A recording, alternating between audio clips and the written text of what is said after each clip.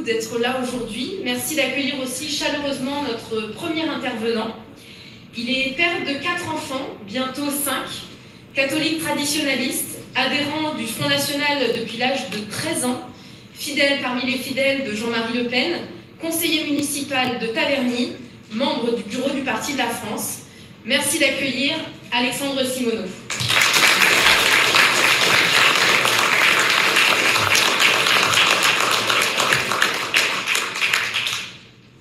Parler en premier, oui, ça donne des privilèges. Merci Epona, merci Thomas. C'est bien, quand on parle en premier, il y a une appréhension au départ, puis finalement j'ai découvert très récemment une technique qui est imparable pour chauffer une salle. C'est la technique de Valérie Pécheresse. C'est-à-dire prendre un regard le plus niais possible d'air vidéo et faire comme ça. Vous m'avez manqué!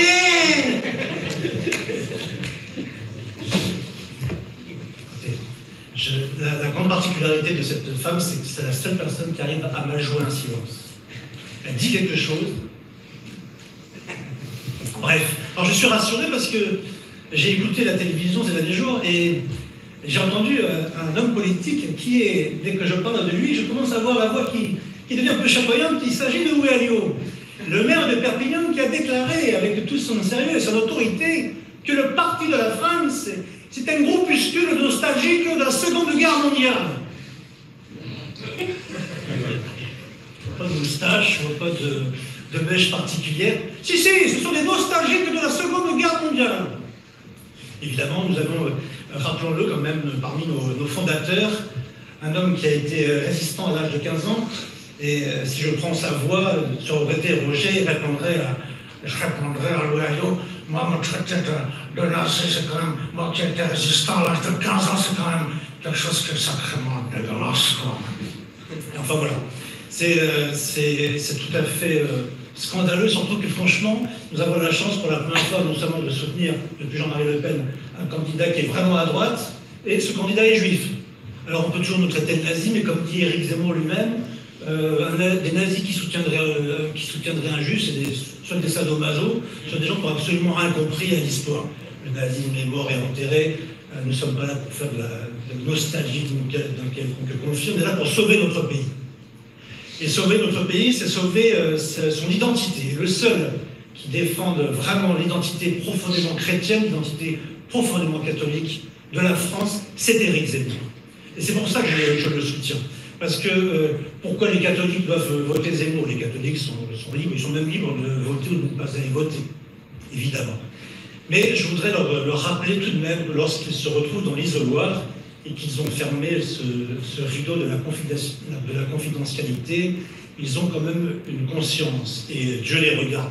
Je ne dis pas que Dieu, qu'il y a une voix du ciel qui dit « vote Éric Zemmour », mais tout de même, il faut, quand on regarde tous les candidats, c'est le seul qui est le plus proche du catholicisme, bien qu'il, comme je le rappelle, bien qu'il soit juif. C'est un clin d'œil confidentiel du bon Dieu. Le bon Dieu, de temps en temps, nous fait des surprises et nous fait des grands paradoxes. Éric Zemmour, c'est le seul pendant cette campagne qui s'est affiché devant une crèche de Noël. C'est le seul qui est allé au Mont-Saint-Michel rappeler la toute-puissance de l'archange Saint-Michel, qui est patron de la France, et qui a même rappelé le commencement de la prière à Saint-Michel. Saint-Michel Archange, défendez-nous dans le combat. Et je puis vous dire, moi, catholique traditionnaliste, qu'entendre Éric Zemmour prononcer le début de la prière à Saint-Michel, c'est quelque chose qui me parle, qui me touche profondément. Et je dois vous avouer, j'exerce un métier qui n'est pas non sans danger, puisque je parcours 5000 km par mois. Je suis délégué pharmaceutique et je représente un laboratoire. Et pourquoi je vous raconte ça? Parce que moi, le grand remplacement, je le vois presque au quotidien. Si vous allez sur YouTube, sur la chaîne du Parti de la France, de la publicité non payée, que vous pourrez écouter la dernière interview que j'ai faite avec Epona. Et je raconte cela, moi je le vois dans les rues de la Seine-Saint-Denis, parce que je passe 90% de mon activité dans ce département. Moi je puis vous attester, je puis vous en témoigner, ce département n'est plus français. Ce département, vous n'avez plus un seul commerce qui n'est pas soit un kebab, soit une boucherie halal.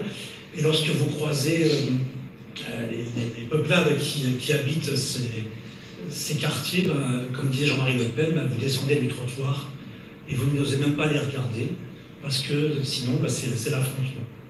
Tout simplement. Ces quartiers sont en train de s'islamiser progressivement, et le seul candidat à parler de grand remplaçant, le seul candidat qui a le courage de dénoncer l'islamisation de notre pays, c'est Éric Zemmour, et on peut l'applaudir pour ça.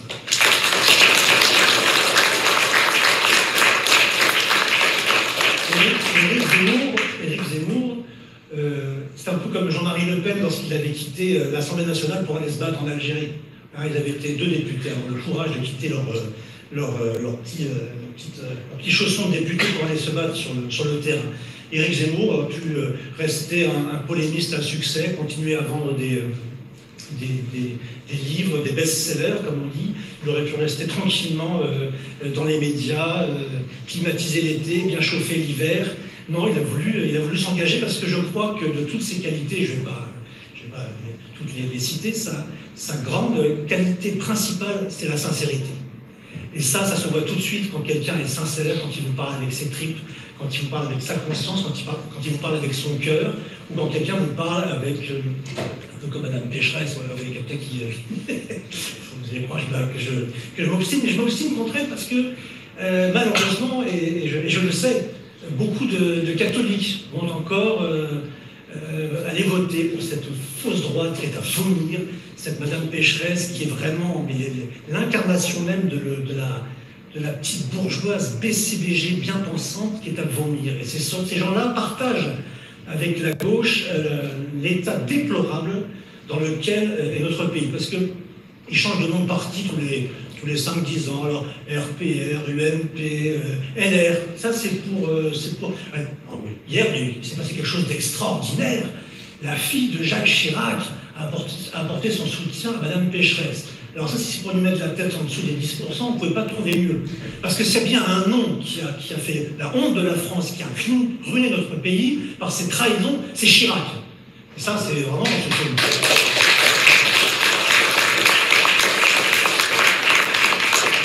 Je pense que Claude Chirac allait faire ça pour décommer Pécheresse. C'est pas impossible. Peut-être que... oui, c'était très très malin, je restais à mon côté. Bon, c'est vrai que... L'histoire entre Chirac et Mme Pécheresse, c'est que Chirac avait du charisme, et savait parler, Mme Pécheresse ne sait même pas lire un texte. Chirac savait parler, et il avait de l'humour. Ça rattrapait beaucoup de choses. Alors qu'elle n'a pas d'humour, elle ne sait pas parler, et elle est nulle. Vous comprendrez que... Mais je voulais rappeler que c'est une ardente... militante pro-avortement. Hein, il faut rappeler ces choses-là parce qu'on s'habitue à tout dans cette société. On s'est habitué à la libéralisation du divorce, on s'est habitué à la pornographie, on s'est habitué, puisque c'est devenu institutionnalisé, aux unions contre nature, on s'est habitué à l'avortement qui finalement, voilà, mais non, je suis désolé, le monde pourra rester ce qu'il est, l'homme restera toujours l'homme, il a une identité sacrée, contrairement aux autres espèces vivantes, il est créé à l'image de Dieu, et l'homme, il se respecte de sa conception jusqu'à sa mort naturelle. Et ceci, c'est des...